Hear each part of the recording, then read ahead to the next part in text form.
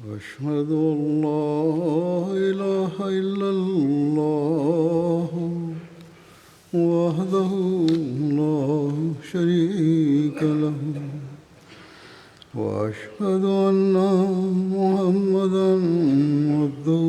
ورسوله أما بعد فأعوذ بالله من الشيطان الرجيم بسم الله الرحمن الرحيم الحمد لله رب العالمين الرحمن الرحيم مالك يوم الدين إياك نعبد وإياك نستعين اهدنا الصراط المستقيم صراط الذين أنعمت عليهم غير المغضوب عليهم ولا الضالين.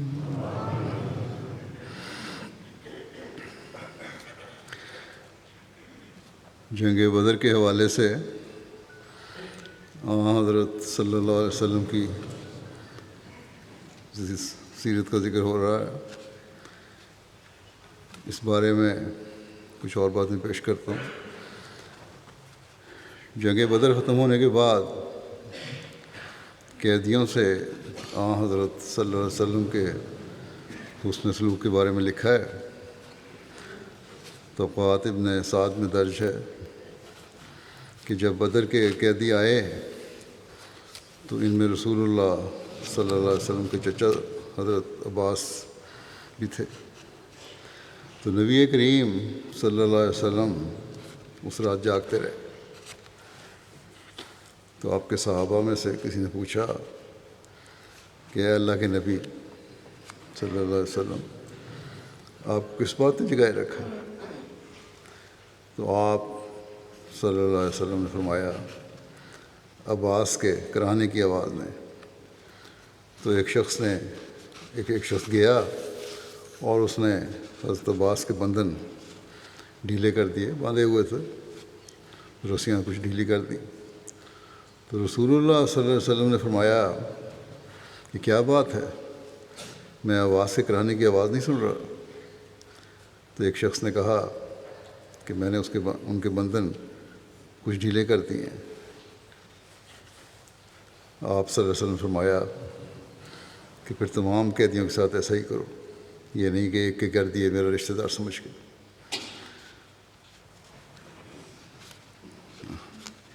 بدر کے قیدیوں کے متعلق سیرت خاتم النبی میں حضرت مرزا بشیر احمد صاحب نے تفصیلات جو ذکر کی ہیں اس میں لکھا ہے کہ 3 دن تک آپ صلی اللہ علیہ وسلم نے بدر کی وادی میں قیام فرمایا اور یہ وقت اپنے شہداء کی تکفین و تدفین اور اپنے زخمیوں کی مرہم پٹی میں گزارا. اور انہی دنوں میں غنیمت کے اموال کو جمع کر کے مرتب کیا گیا اور کفار کے قیدیوں کو, جن کی تعداد 70 تھی, محفوظ کر کے مختلف مسلمانوں کے سپردگی میں دے دیا گیا. اور حضرت صلی اللہ علیہ وسلم نے مسلمانوں کو تاکید کی کہ قیدیوں کے ساتھ نرمی اور شفقت کا سلوک کریں اور ان کے آرام کا خیال رکھیں. صحابہ نے, جن کو اپنے آقا کی ہر خواہش کے پورا کرنے کا عشق تھا,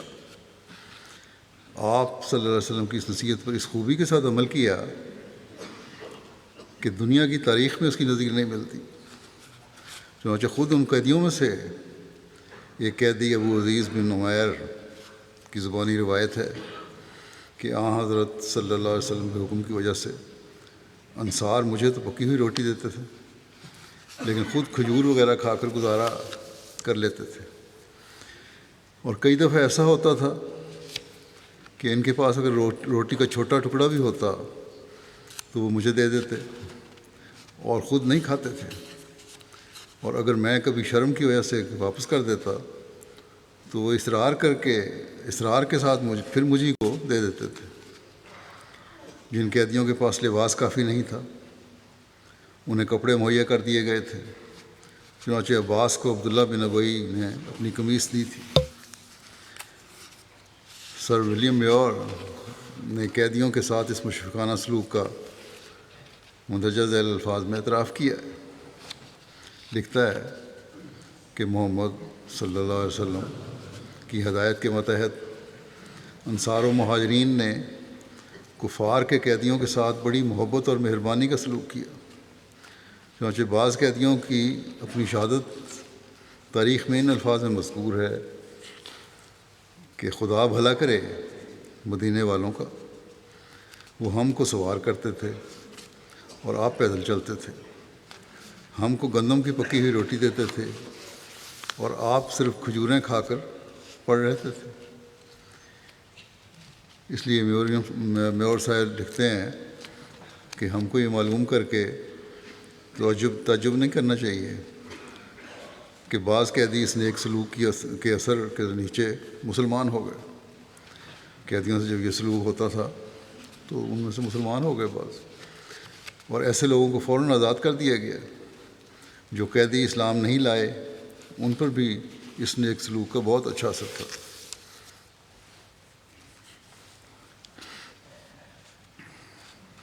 جنگ بدر کی اہمیت اور اس کے اثرات کے بارے میں لکھا ہے کہ جب فتح بدر کی خوشخبری لے کر عبداللہ بن رواحہ اور زید بن حارثہ مدینہ پہنچے تو ان کے منہ سے فتح کی خوشخبری کا اعلان سن کر اللہ کا دشمن کعب بن اشرف یہودی ان کو جھٹلانے لگا. وہ کہنے لگا کہ اگر محمد صلی اللہ علیہ وسلم نے ان بڑے بڑے رؤساء کو مار ڈالا ہے تو زمین کی پشت پر رہنے سے زمین کے اندر رہنا بہتر ہے، یعنی زندہ رہنے سے موت بہتر ہے. علامہ شبلی نعمانی اپنی کتاب غزوہ بدر کے نتیجے میں کے نتائج بیان کرتے ہوئے لکھتے ہیں، اپنی کتاب میں غزوہ بدر کے نتائج بیان کرتے ہوئے لکھتے ہیں کہ بدر کے معرکے نے مذہبی اور ملکی حالات پر گونا گو اثرات پیدا کیے اور حقیقت میں اسلام کی ترقی کا قدم اولین تھا. قریش کے تمام بڑے بڑے رؤساء جن میں سے ایک ایک اسلام کی ترقی کی راہ میں سد آہن تھا فنا ہو گئے. عتبہ اور ابو جہل کی موت نے قریش کی ریاست عامہ کا تاج ابو سفیان کے سر پر رکھا، جس سے دولت اموی کا آغاز ہوا. لیکن قریش کی اصلی طور و طاقت کا معیار گھٹ گیا. مدینہ میں اب تک عبداللہ بن ابی بن سلول اعلانیہ کافر تھا، لیکن اب بظاہر وہ اسلام کے دائرے میں آ گیا. فتح بدر کے بعد اس نے بھی ظاہراً اسلام قبول کر لیا، وہ تمام عمر منافق رہا اور اسی حالت میں جان دی. قبائل عرب جو سلسلہ واقعات کو دیکھتے تھے اگرچہ رام نہیں ہوئے لیکن سہم گئے. بہت سے قبائل مسلمان تو نہیں ہوئے لیکن فتح کو دیکھ کر سہم ضرور گئے. مسلمانوں کے خلاف انہوں نے کاروائیاں کرنی بند کر دیں یا خوف زدہ ہو گئے. ان موافق حالات کے ساتھ مخالف اسباب میں بھی انقلاب شروع ہو گیا. یہود سے معاہدہ ہو چکا تھا کہ وہ ہر معاملے میں یکسو رہیں گے، لیکن اس فتح نمایاں نے ان میں حسد کی آگ بھڑکا دی اور وہ اس کو ضبط نہ کر سکے.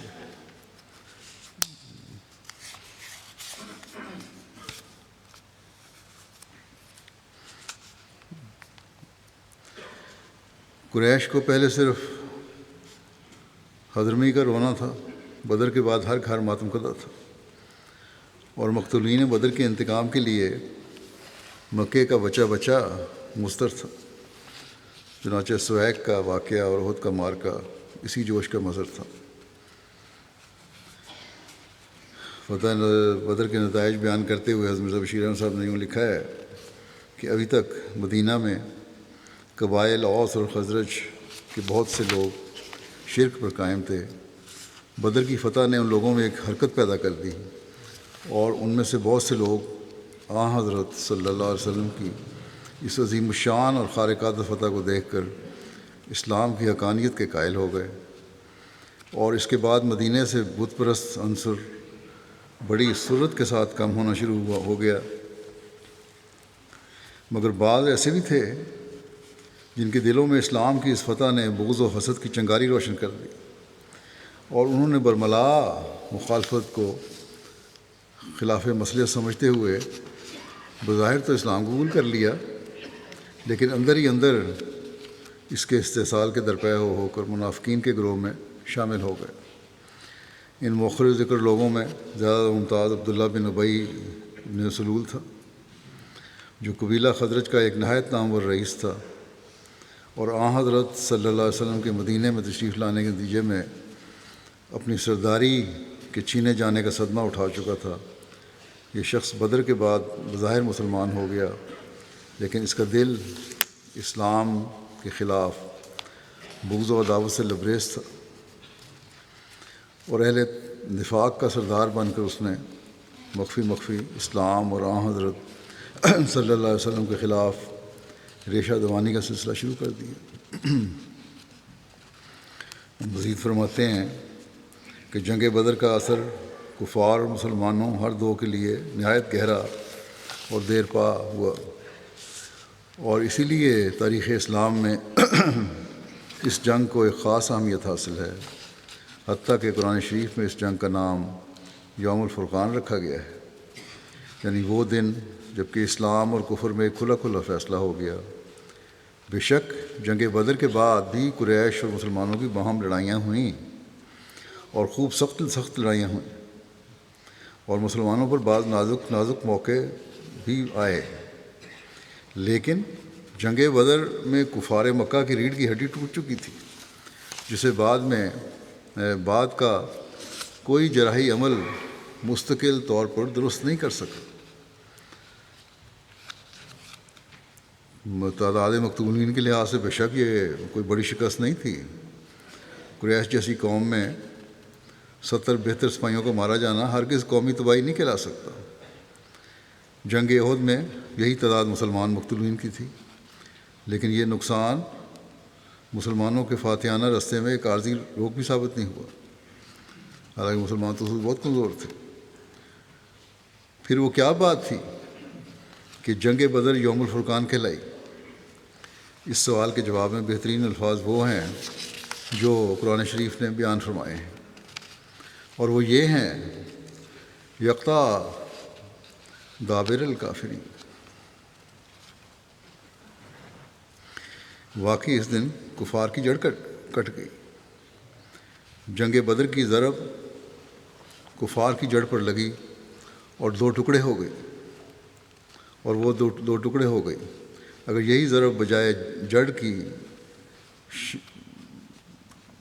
کے شاخوں پر لگتی تو خواہ اس سے کتنا زیادہ نقصان کرتی، وہ نقصان اس نقصان کے مقابلے میں ہیچ ہوتا، لیکن جڑ کی ضرب نے ہرے بھرے درخت کو دیکھتے دیکھتے ایندھن کا ڈھیر کر دیا، اور صرف وہی شاخیں بچیں جو خشک ہونے سے پہلے دوسرے درخت سے پیوند ہو گئیں۔ بس بدر کے میدان میں قریش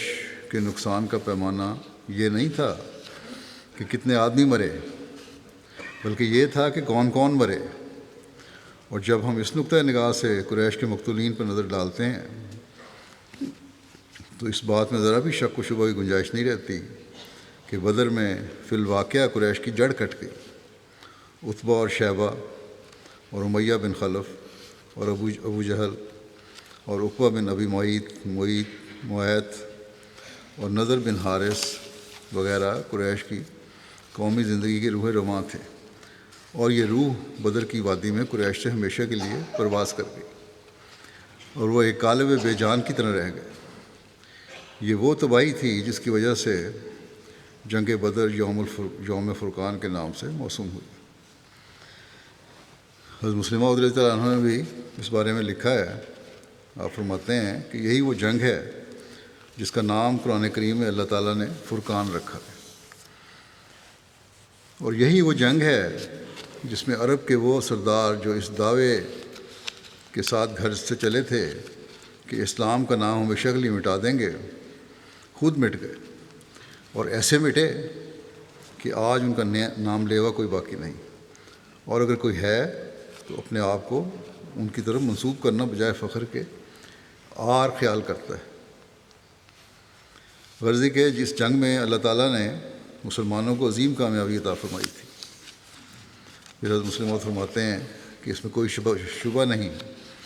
کہ مسلمانوں پر اس کے بعد بھی مظالم ہوتے رہے ہیں اور انہیں کفار سے لڑائیاں لڑنی پڑیں، مگر اس میں بھی کوئی شبہ نہیں کہ جنگ بدر نے کفار کی طاقت کو بالکل توڑ دیا تھا اور مسلمانوں کی شوکت ان پر ظاہر ہو گئی تھی۔ جنگ بدر جس سے قرآن کریم نے فرقان قرار دیا ہے، اس کے متعلق بائبل میں بھی پیش گوئی پائی جاتی ہے۔ چنانچہ یسایہ باب 21 آیت 13 تا 17 میں لکھا ہے کہ عرب کی بابت الہامی کلام، عرب کے صحرا میں تم رات کو کاٹو گے، اے دوانیوں کے قافلوں، پانی لے کے پیاسے کا استقبال کرنے آؤ، اے تیمہ کی رات سرزمین کے باشندوں، روٹی لے کے بھاگنے والے کے ملنے کو نکلو، کیونکہ وہ تلواروں کے سامنے سے، ننگی تلوار سے اور کھینچی ہوئی کمان سے اور جنگ کی شدت سے بھاگے ہیں، کیونکہ خداوند نے مجھ کو یوں فرمایا، ہنوز ایک برس، ہاں مزدور کے سے ایک ٹھیک برس میں قیدار کی ساری حشمت جاتی رہے گی، اور تیر اندازوں کے جو باقی رہے قیدار کے بہادر لوگ گھٹ جائیں گے، کہ خداوند اسرائیل کے خدا نے یوں فرمایا۔ آپ فرماتے ہیں کہ یسایہ نبی کے اس کلام میں یہ پیشگوئی کی گئی تھی کہ ہجرت کے زمانے پر ٹھیک 1 سال گزرنے کے بعد عرب میں ایک ایسی جنگ ہوگی جس میں قیدار کی ساری حشمت خاک میں مل جائے گی، اور وہ جو محمد رسول اللہ صلی اللہ علیہ وسلم پر بھاگ جانے کا الزام لگاتے تھے، اپنے لاء و لشکر کی موجودگی میں پیٹھ دکھائیں گے، اور وہ بھی ایسی حالت میں کہ کمانڈر اور ان کے جرنیلوں کی لاشیں میدان میں پڑی رہ جائیں گی، اور آخر وادی مکہ اپنے جرنیلوں کو کھو کر اپنی اس شوکت کو بالکل کھو بیٹھے گی جو اس سے پہلے سے حاصل تھی۔ اسی طرح قرآن کریم نے ایک 11ویں رات کی خبر دے کر یہ پیش گوئی کی تھی کہ ہجرت کے پورے 1 سال کے بعد کفار کی ساری طاقت ٹوٹ جائے گی اور مسلمانوں کے لیے فتح اور کامرانی کی صبح ظاہر ہو جائے گی۔ چنانچہ عین 1 سال کے بعد جنگ بدر ہوئی، جس میں کفار کے بڑے بڑے لیڈر مارے گئے اور مسلمانوں کو ان پر نمایاں غلبہ حاصل ہوا۔ فرماتے ہیں کہ دیکھ لو، مدینہ میں آنے کے بعد پہلے رمضان تک اس پیش گوئی پر 10 سال پورے ہوئے تھے، اور رمضان سے 11ویں سال کا آغاز ہوا تھا۔ اس 1 سال کے گزرنے پر دوسرے سال 17 رمضان کو بدر کی جنگ ہوئی، جس میں بڑے بڑے کفار مارے گئے اور ان کے ظالمانہ حملوں کا خاتمہ ہو گیا۔ وہ 11ویں لیل جو مسلمانوں پر آئی ہوئی تھی، ٹھیک 1 سال گزرنے کے بعد دور ہو گئی، اور مسلمانوں نے فتح و کامرانی کی صبح کو اللہ تعالیٰ کے فضل اور اس کی تائید اور نصرت کے ساتھ دیکھ لیا۔ فضیلت صحابہ جو بدر کے صحابہ تھے، ان کے بارے میں لکھا ہے کہ حضرت جبرائیل نبی کریم صلی اللہ علیہ وسلم کے پاس آئے اور کہا، آپ مسلمانوں میں اہل بدر کو کیا مقام دیتے ہیں؟ آپ نے فرمایا، بہترین مسلمان یا ایسا ہی کوئی کلمہ فرمایا۔ جبرائیل نے کہا، اور اسی طرح وہ ملائکہ بھی افضل ہیں جو جنگ بدر میں شریک ہوئے۔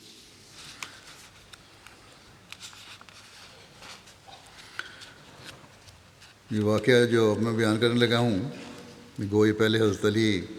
رضی اللہ عنہ کے حالات میں بیان ہو چکا ہے، لیکن یہاں بھی اس کی اہمیت کے پیش نظر بیان کرتا ہوں۔ عبید اللہ بن ابی رافع نے بتایا، انہوں نے کہا کہ میں نے کہ حضرت علی رضی اللہ عنہ سے سنا، کہتے تھے کہ رسول اللہ صلی اللہ علیہ وسلم نے مجھے زبیر اور مقداد بن اسود کو بھیجا۔ آپ نے فرمایا، تم چلے جاؤ، جب تم روضہ خاک میں پہنچو تو وہاں ایک شتر سوار عورت ہوگی اور اس کے پاس ایک خط ہے، تم وہ خط اس سے لے لو۔ ہم چل پڑے،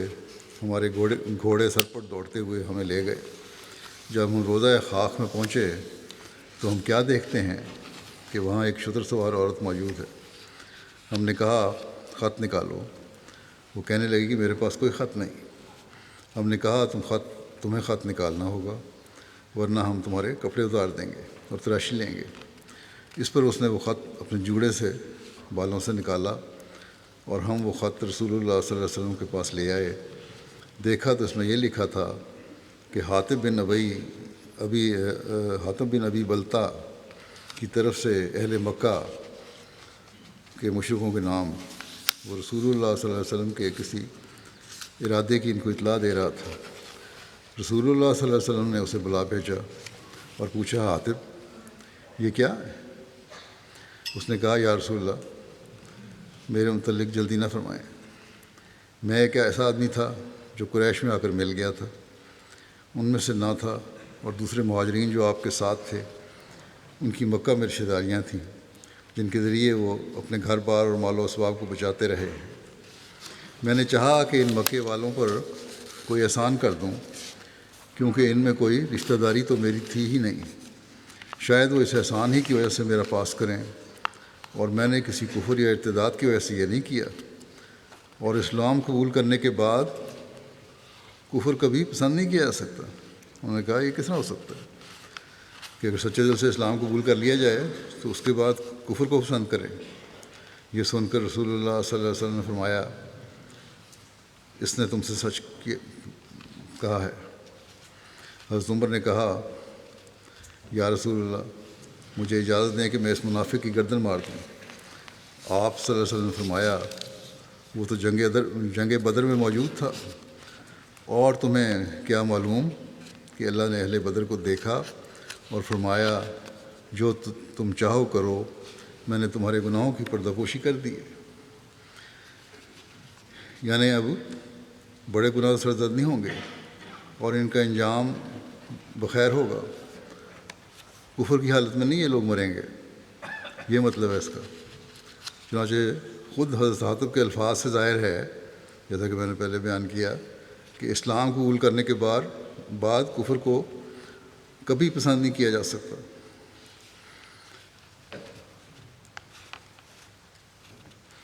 پھر حضرت ابو ہریرہ سے روایت ہے کہ رسول کریم صلی اللہ علیہ وسلم نے فرمایا شاید کہ اللہ تعالیٰ نے اہل بدر پر نظر فرمائی ہے اور کہا کہ جو چاہے عمل کرو میں نے تمہیں بخش دیا، یعنی سوائے کفر کی حالت کے عام غلطیاں اور گناہ اللہ تعالیٰ تو بخش دے گا۔ دوسرے لفظوں میں یہاں یہ ضمانت بھی دے دی اللہ تعالیٰ نے کہ ان پر کبھی کفر کی حالت نہیں آئے گی اور ان کا انجام بخیر ہوگا۔ ایک یہ مطلب بھی ہے اس کا، اگر بعض غلطیاں اور گناہ ہوں گے تو بشری تقاضوں کے تحت ہوں گے اور اللہ تعالیٰ انہیں معاف فرما دے گا۔ ام المومنین حضرت حفصہ بیان کرتی ہیں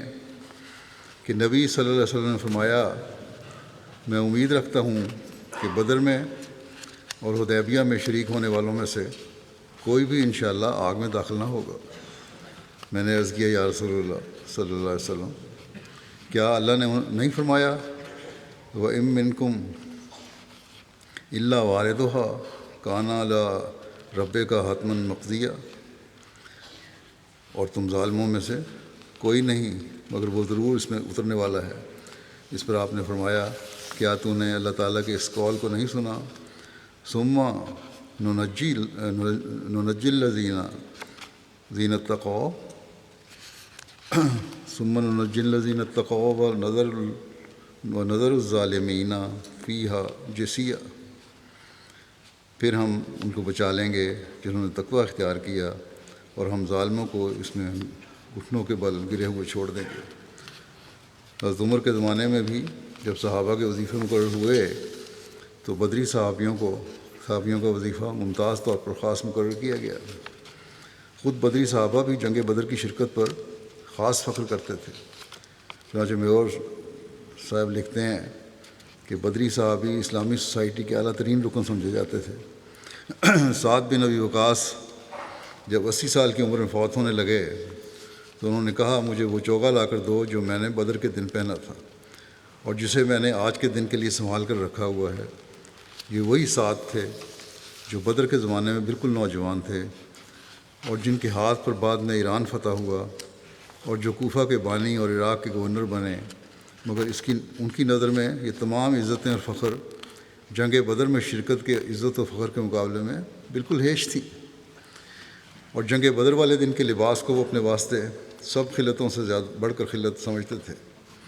اور ان کی آخری خواہش یہی تھی کہ اسی لباس میں لپیٹ کر ان کو قبر میں اتارا جائے۔ بدری صحابہ کی اہمیت و فضیلت کا اندازہ اس سے بھی ہو سکتا ہے کہ حضرت صلی اللہ علیہ وسلم نے اس امت میں آنے والے مہدی کی ایک نشانی یہ قرار دی کہ اس کے پاس بھی ایک کتاب ہوگی جس میں اس کے پاس اصحاب بدر کی تعداد کے مطابق 313 اصحاب کے نام ہوں گے۔ چانچہ حضرت مسیح موعود علیہ السلام فرماتے ہیں چونکہ حدیث صحیح میں آ چکا ہے کہ مہدی موعود کے پاس ایک چھپی ہوئی کتاب ہوگی جس میں اس کے 313 اصحاب کا نام درج ہوگا، اس لیے یہ بیان کرنا ضروری ہے کہ وہ پیشگوئی آج پوری ہو گئی۔ یہ تو ظاہر ہے کہ پہلے اس سے امت مرحومہ میں کوئی ایسا شخص پیدا نہیں ہوا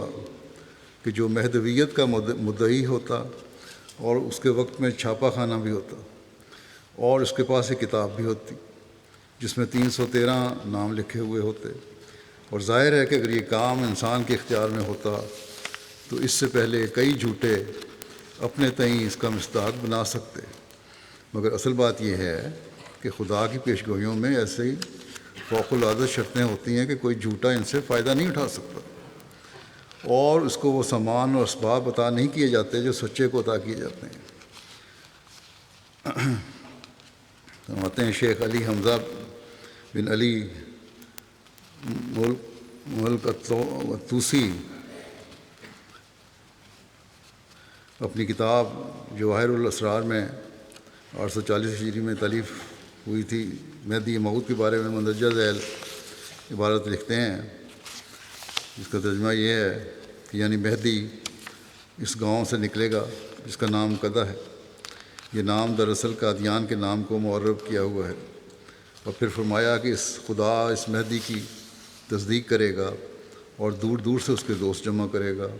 جن کا شمار اہل بدر کے شمار سے برابر ہوگا، یعنی 313 ہوں گے، اور ان کے نام باقاعدہ مسکن و خصلت چھپی ہوئی کتاب میں درج ہوں گے۔ اب ظاہر ہے کہ کسی شخص کو پہلے اس سے اتفاق نہیں ہوا کہ وہ مہدی موعود ہونے کا دعویٰ کرے اور اس کے پاس چھپی ہوئی کتاب ہو جس میں اس کے دوستوں کے نام ہوں، لیکن میں پہلے اس سے بھی آئینہ کمالات اسلام میں 313 نام درج کر چکا ہوں، اور اب دوبارہ اتمام حجت کے لیے 313 نام ذیل میں درج کرتا ہوں۔ رسالہ جامع آتم میں آپ یہ فرما رہے ہیں، ہر یک منصف سمجھ لے کہ یہ پیشگوئی بھی میرے ہی حق میں پوری ہوئی، اور وہ موجب منشاء حدیث کے بیان کر دینا پہلے سے ضروری ہے کہ یہ تمام اصحاب خصلت و صدق و صفا رکھتے ہیں،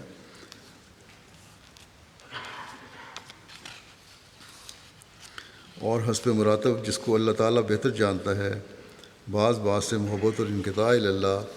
اور سرگرمی دین میں سبقت لے گئے ہیں۔ اب دیکھو یہ 313 مخلص جو اس کتاب میں درج ہیں یہ اسی پیشگوئی کا مصداق ہیں جو احادیث رسول اللہ صلی اللہ علیہ وسلم کے پائی جاتی ہیں۔ پیشگوئی میں قدہ کا لفظ بھی ہے جو صریح قادیان کے نام کو بتلا رہا ہے، پس تمام مضمون اس حدیث کا یہ ہے کہ وہ مہدی موعود قادیان میں پیدا ہوگا اور اس کے پاس ایک کتاب چھپی ہوئی ہوگی جس میں 313 اس کے دوستوں کے نام درج ہوں گے۔ سو ہر یک شخص سمجھ سکتا ہے کہ یہ بات میرے اختیار میں تو نہیں تھی کہ میں ان کتابوں میں سے جو اس زمانے سے 1000 برس پہلے دنیا میں شائع ہو چکی ہیں اپنے گاؤں قادیان کا نام لکھ دیتا، اور نہ میں نے چھاپے کی کل نکالی کوئی پرزہ نکالا تا یہ خیال کیا جائے کہ میں نے اس غرض سے مطبع کو اس زمانے میں ایجاد کیا۔ پریس میں نے تو نہیں ایجاد کیا تھا، اور نہ 313 مخلص اصحاب کا پیدا کرنا میرے اختیار میں تھا، بلکہ یہ تمام اسباب خود خدا تعالیٰ نے پیدا کیے ہیں تا وہ اپنے رسول کریم صلی اللہ علیہ وسلم کی پیشگوئی کو پورا کرے۔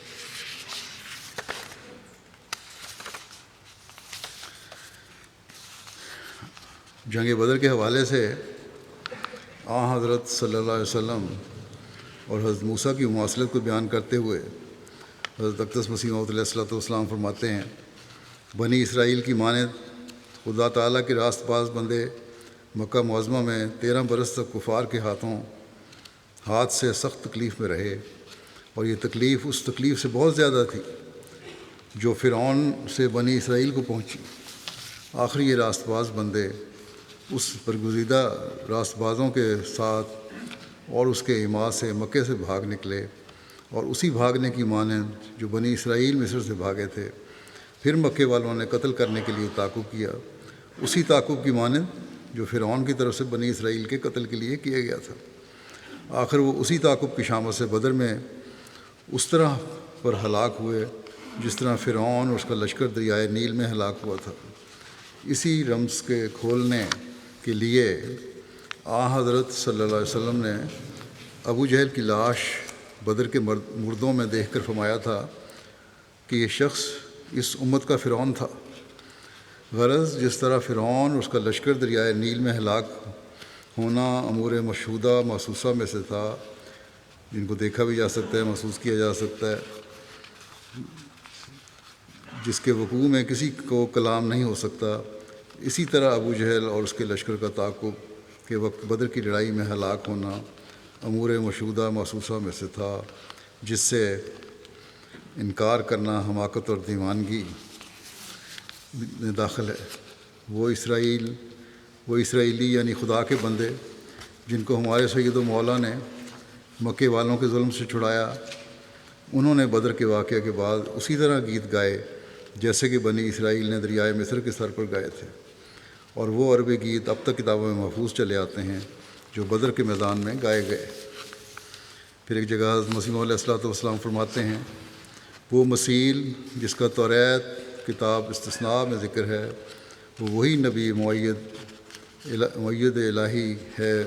جو ماں اپنی جماعت کے 13 برس برابر دکھ اٹھا کر اور ہر ایک قسم کی تکالیف دیکھ کر آخر ماں اپنی جماعت کے بھاگا اور اس کا تعاقب کیا گیا۔ آخر بدر کی لڑائی میں چند گھنٹوں میں فیصلہ ہو کر ابو جہل اور اس کا لشکر تلوار کی دھار سے ایسے ہی مارے گئے جیسا کہ دریائے نیل کی دھار سے فرعون اور اس کے لشکر کا کام تمام کیا گیا۔ دیکھو کیسی صفائی اور کیسے مشہود اور محسوس طور پر یہ دونوں واقعات مصر اور مکے اور دریائے نیل اور بدر کے آپس میں مماثلت رکھتے ہیں۔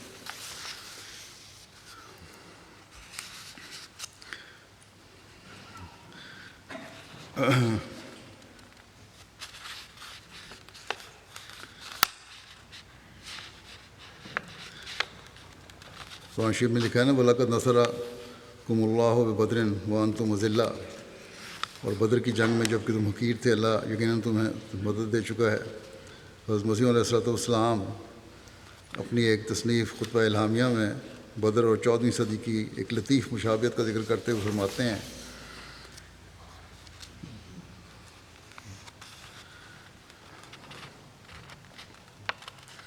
اس کا اردو ترجمہ یہ ہے کہ اور وہ 400 کا شمار خاتم النبیین صلی اللہ علیہ وسلم کی ہجرت سے بعد ہے، تا دین کے غلبے کا وعدہ جو کتاب مبین میں پہلے ہو چکا تھا پورا ہو جائے، یعنی خدا کا یہ قول کہ وَلَقَدْ نَصَرَكُمُ اللَّهُ بِبَدْرٍ وَأَنْتُمْ أَذِلَّةٌ۔ پس بناؤں کی طرح اس آیت میں نگاہ کرو، کیونکہ یہ آیت یقیناً 2 بدر پر دلالت کرتی ہے۔ اول وہ بدر جو پہلوں کی نصرت کے لیے گزرا، اور دوسرا وہ بدر جو پچھلوں کے لیے ایک نشان ہے۔ بس کوئی شک نہیں کہ یہ آیت ایک لطیف اشارہ اس آئندہ زمانے کی طرف کرتی ہے جو شمار کی روح سے شب بدر کی مانند ہو، اور وہ 400 برس 1000 برس کے بعد ہے، اور یہی استعارے کے طور پر خدا تعالیٰ کے نزدیک شب بدر ہے۔ اور ان سب کے باوجود ہم کو یہ بھی اعتراف ہے کہ اس آیت کے اور معنی بھی ہیں جو گزشتہ زمانے سے تعلق رکھتے ہیں، جیسا کہ عالموں کو معلوم ہے، کیونکہ اس آیت کے دو رخ ہیں اور نصرت دو نصرتیں اور بدر دو بدر ہیں۔ ایک بدر گزشتہ زمانے سے تعلق رکھتا ہے اور دوسرا بدر آئندہ زمانے سے۔ اس وقت جب کہ مسلمانوں کو ذلت پہنچے، جیسا کہ اس زمانے میں دیکھتے ہو، اور اسلام حلال کی طرح شروع ہوا اور مقدر تھا کہ انجام کار آخر زمانہ بدر ہو جائے خدا تعالیٰ کے حکم سے۔ پس خدا تعالیٰ کی حکمت نے چاہا کہ اسلام اس صدی میں بدر کی طرح شکل اختیار کرے جو شمار کی روح سے بدر کی طرح مشابہ ہو۔ پس انہی معنوں کی طرف اشارہ ہے خدا تعالیٰ کے اس قول میں کہ وَلَقَدْ نَصَرَكُمُ اللَّهُ بِبَدْرٍ۔ بس اس امر میں باریک نظر سے غور کرو اور غافلوں سے نہ ہو، اور بے شک لقد نصرکم کا لفظ یہاں دوسری وجہ کی روح سے ینصرکم کے معنوں میں آیا ہے، جیسا کہ عارفوں پر ظاہر ہے۔ الغرض خدا تعالیٰ نے اسلام کے لیے دو ذلت کے بعد دو عزتیں رکھی تھیں، یہود کے برخلاف کہ ان کے لیے سزا کے طور پر دو عزتوں کے بعد دو ذلتیں مقرر کی تھیں، جیسا کہ بنی اسرائیل کی صورت میں ان فاسقوں اور ظالموں کا قصہ پڑھتے ہو۔ پس جس وقت مسلمانوں کو پہلی ذلت مکہ میں پہنچی، خدا نے ان سے اپنے اس قول میں وعدہ فرمایا تھا، اُذِنَ لِلَّذِينَ يُقَاتَلُونَ بِأَنَّهُمْ ظُلِمُوا وَإِنَّ اللَّهَ عَلَىٰ نَصْرِهِمْ لَقَدِيرٌ۔ عَلَىٰ نَصْرِهِمْ کے قول سے اشارہ کیا کہ مومنوں کے حادثوں سے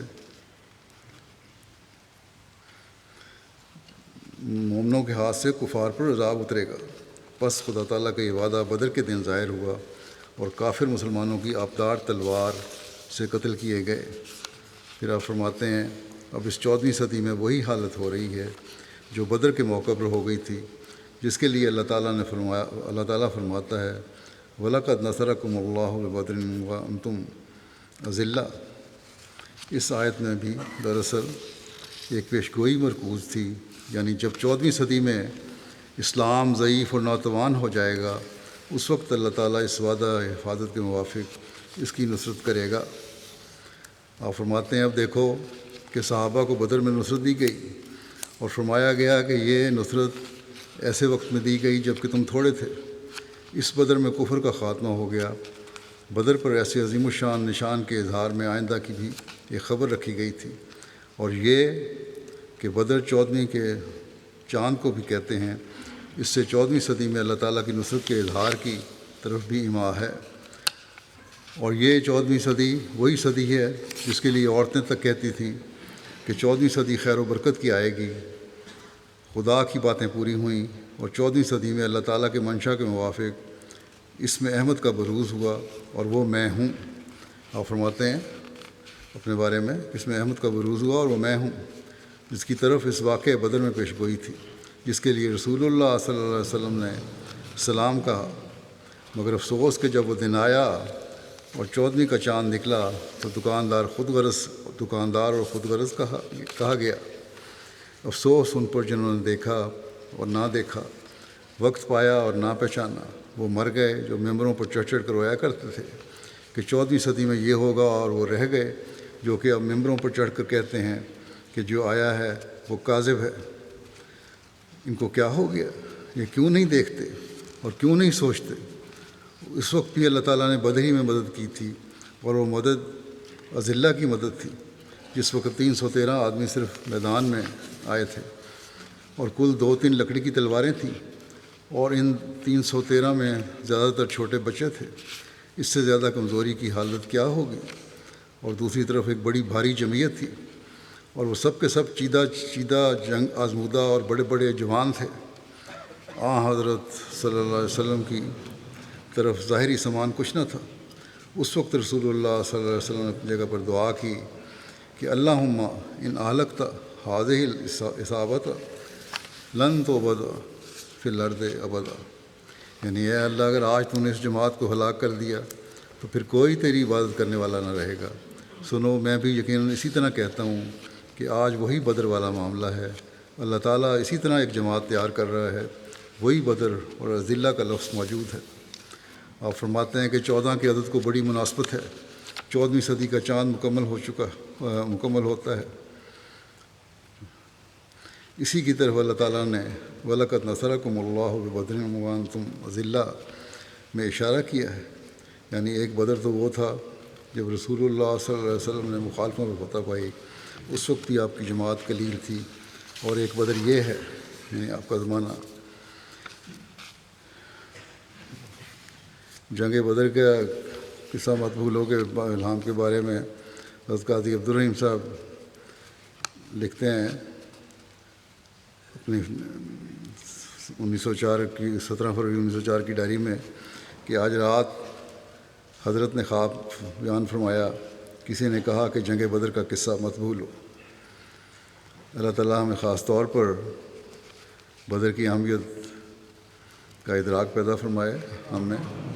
اور ہم حضرت صلی اللہ علیہ وسلم کے غلام صادق کی آمد کو سمجھنے والے ہوں۔ اللہ تعالیٰ کرے کہ مسلمان امت بھی اس واقعہ بدر کی حقیقت کو سمجھے اور حضرت صلی اللہ علیہ وسلم کی غلامی میں آئے ہوئے مسیح موعود کو پہچانے، تاکہ دوبارہ مسلمان اپنی کھوئی ہوئی عظمت حاصل کرنے کے قابل بن سکے۔ اب میں جلسہ سالانہ کے بارے میں بھی کچھ کہنا چاہتا ہوں۔ انشاءاللہ تعالیٰ اگلے جمعہ سے جماعت احمدیہ یو کے کا جلسہ سالانہ شروع ہو رہا ہے۔ اس سال انشاءاللہ تعالیٰ 3-4 سال بعد تقریباً جلسے میں شمولیت کے لیے باہر سے بھی بڑی تعداد میں مہمان آئیں گے، بلکہ مہمانوں کی آمد شروع ہو چکی ہے۔ اللہ تعالیٰ ان سب سفر کرنے والوں کے سفر میں آسانیاں پیدا فرمائے اور حفاظت سے یہاں پہنچے ہیں سب، اور جلسہ کے مقصد سے حقیقی فیض اٹھانے والے ہوں۔ اسی طرح یو کے میں رہنے والے احمدی بھی حقیقی جذبے اور روح کے ساتھ جلسے میں شامل ہوں، اور صرف یہ بات مد نظر ہو کہ ہم نے جلسے کے دنوں میں روحانی معاہدہ حاصل کرنے کی کوشش کرنی ہے۔ اسی طرح تمام کارکنان جو جلسہ کی مختلف ڈیوٹیوں میں متعین کیے گئے ہیں، وہ کوشش کریں کہ ہر شامل جلسہ کی حضرت مسیح علیہ السلام کے مہمان سمجھ کر خدمت کریں۔ اس مرتبہ یہی توقع کی جا رہی ہے کہ شاملین جلسہ کی تعداد میں زیادہ اضافہ ہوگا، اور اس وجہ سے ہو سکتا ہے کہ انتظامی لحاظ سے بعض کمیاں بھی بعض جگہ رہ جائیں۔ ویسے تو مجھے امید ہے کہ ماشاءاللہ یو کے جماعت کے جلسہ کی انتظامیہ اب اتنی تجربہ کار ہو چکی ہے کہ اکثر مسائل انہوں نے حل کر لیے ہوں گے، اور بہت معمولی باتیں ہوں گی اگر ہوں گی کمیاں، اور اگر مسئلہ پیدا بھی ہوگا تو اس کو آسان رنگ میں یہ لوگ حل کر سکیں گے۔ اللہ تعالیٰ کرے کہ ایسے مسائل اٹھیں ہی نہ جو مہمانوں کے لیے کسی بھی قسم کی تکلیف کا باعث بنے۔ اسلام تو مہمانوں کی عزت و اکرام کی بہت تلقین کرتا ہے، اور پھر وہ مہمان جو حضرت مسیح علیہ السلام کے بلانے پر خالص دینی غرض سے آ رہے ہوں، ان کی تو سب ڈیوٹی والوں اور سب میزبانوں کو خاص طور پر عزت اور خدمت کرنی چاہیے، اور خالص قربانی کے جذبے سے اور اللہ تعالیٰ کی رضا چاہنے کے لیے چاہتے ہوئے یہ خدمت کرنی چاہیے۔ مہمانوں کی مہمانداری کے بارے میں اسلام کی تعلیم کیا ہے؟ حضرت صلی اللہ علیہ وسلم ہم سے مہمانوں کی خدمت کے بارے میں کیا توقع رکھتے ہیں؟ اس بارے میں آپ نے ایک موقع پر فرمایا کہ جو اللہ تعالیٰ اور یوم آخرت پر ایمان لاتا ہے وہ اپنے مہمان کا احترام کرے۔ جلسے کے دنوں میں تو مختلف قوموں اور مختلف طبائع کے لوگ آتے ہیں، اور بعض دفعہ مشکل ہو جاتا ہے کہ کس طرح ان کی طبیعتوں کے مطابق ان کا خیال رکھا جائے۔ بعض دفعہ مہمان اپنے مزاج کی وجہ سے ایسی باتیں کر دیتا ہے یا اس طرح اظہار کر دیتا ہے جو ڈیوٹی دینے والے کے لیے یا خدمت کرنے والے کے لیے ناگوار ہوتا ہے۔ لیکن ہمیں اللہ تعالیٰ کے رسول کا یہی حکم ہے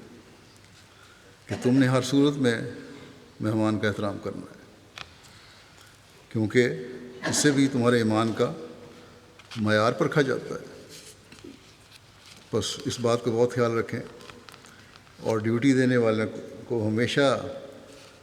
اچھے اخلاق کا مظاہرہ کرتے رہنا چاہیے اور مسکراتے رہنا چاہیے۔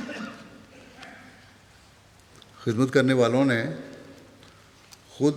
اپنی مرضی سے اپنے آپ کو مہمانوں کی خدمت کے لیے پیش کیا ہے،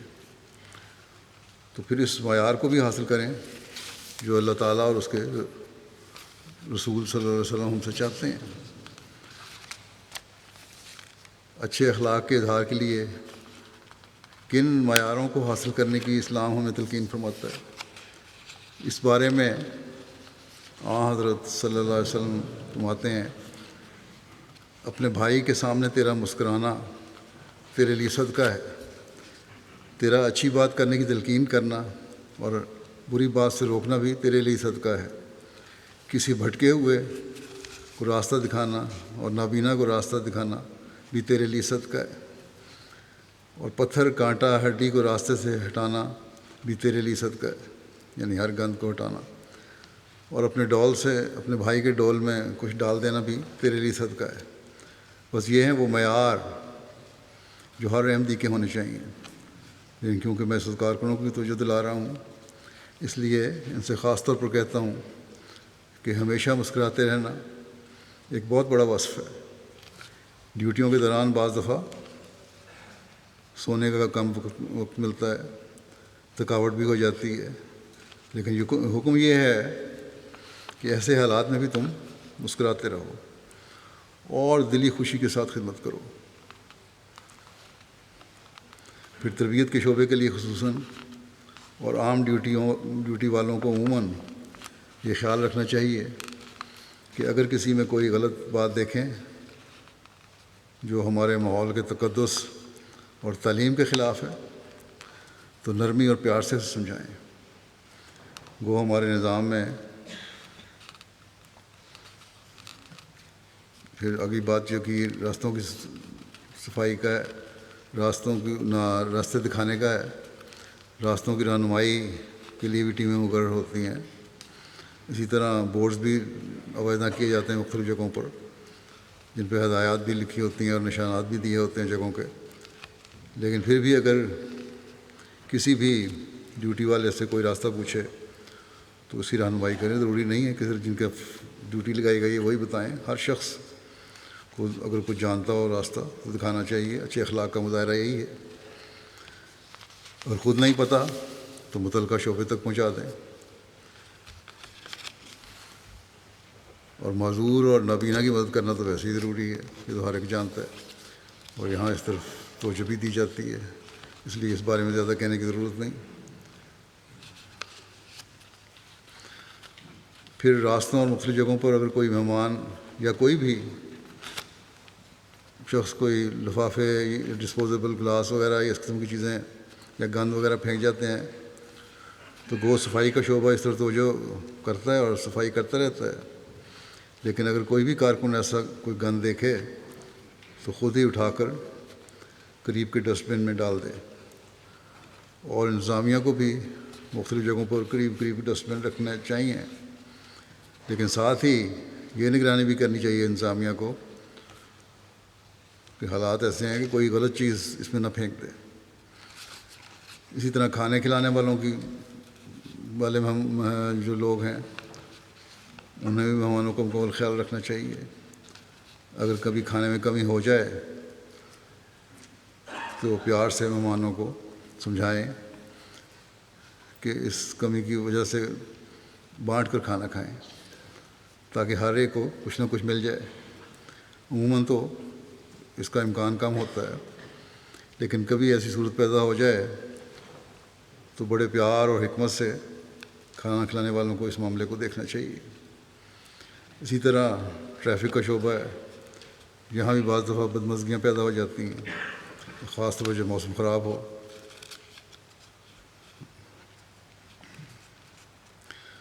تو یہاں اس بارے میں بھی جہاں لوگوں کو بھی میں کہوں گا آنے والے مہمانوں کو کہ ان ٹریفک والوں سے تعاون کریں، وہاں اس شعبے کے کارکن بھی اچھے اخلاق کا مظاہرہ ہمیشہ کریں. اور اسی طرح دوسرے مختلف شعبہ جات ہیں جلسے کے، ہر ایک کو حضرت صلی اللہ علیہ وسلم کی اس ہدایت پر عمل کرتے رہنا چاہیے کہ ہمیشہ مسکراتے رہو. اللہ تعالیٰ کرے کہ تمام کارکنان آسن رنگ میں اپنی ڈیوٹیاں سر انجام دینے والے ہوں اور جلسہ ہر لحاظ سے بابرکت ہو. خاص طور پر ہر احمدی کو اس جلسے کی کامیابی کے لیے دعائیں کرتے رہنا چاہیے. اللہ تعالیٰ ہم سب کو اس کی توفیق بھی دے.